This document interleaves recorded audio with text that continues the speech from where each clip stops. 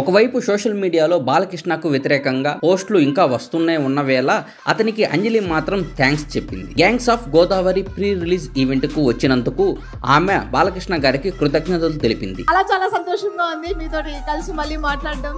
అదే సందర్భంగా ఆ ఈవెంట్ హైలైట్స్ వీడియోను షేర్ చేసింది. అందులో బాలకృష్ణ తను నెట్టివేసిన సీన్ కూడా ఉంది. Gangs of Godavari pre release event కు వచ్చినందుకు బాలకృష్ణ గారికి థ్యాంక్స్. బాలకృష్ణ గారు నాకు మధ్య పరస్పర గౌరవం ఉంది.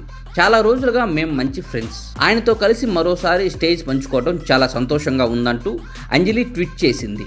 గ్యాంగ్స్ ఆఫ్ గోదావరి మూవీలో అంజలి కూడా ఒక ముఖ్యమైన పాత్రలో నటించింది. మరోవైపు అంజలిని నెట్టేసిన విషయంలో గ్యాంగ్స్ ఆఫ్ గోదావరి టీం బాలయ్యను వెనకేసుకొని వచ్చిన విషయం తెలిసిందే. ఈ సినిమా హీరో ఇష్వాక్ సేన్ మాట్లాడుతూ సరదాగా జరిగిన విషయాన్ని సీరియస్గా తీసుకుంటున్నారని, మొత్తం వీడియో చూడాలని అతను చెప్పాడు. బాలయ్య బాబు చాలా మంచి వ్యక్తి.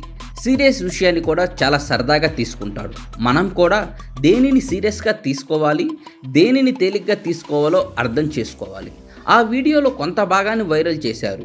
మొత్తం వీడియో చూస్తే తెలుస్తుంది. చివరిలో వాళ్ళిద్దరూ హైఫై కూడా కొట్టుకున్నారు అని ఇష్వాక్ సేన్ అన్నారు. అంజలిని బాలయ్య నెట్టిన విషయాన్ని నిర్మాత నాగవంశీ కూడా తేలిగ్గా తీసుకున్నారు. ముగ్గురు స్నేహితులు ఒక చోట మాట్లాడుకుంటున్నారనుకోండి, ఓ వ్యక్తి జరగమని అడిగితే అతడు జరగకపోతే ఏం చేస్తారు? ఏదో అలా నెట్టారు అంతే.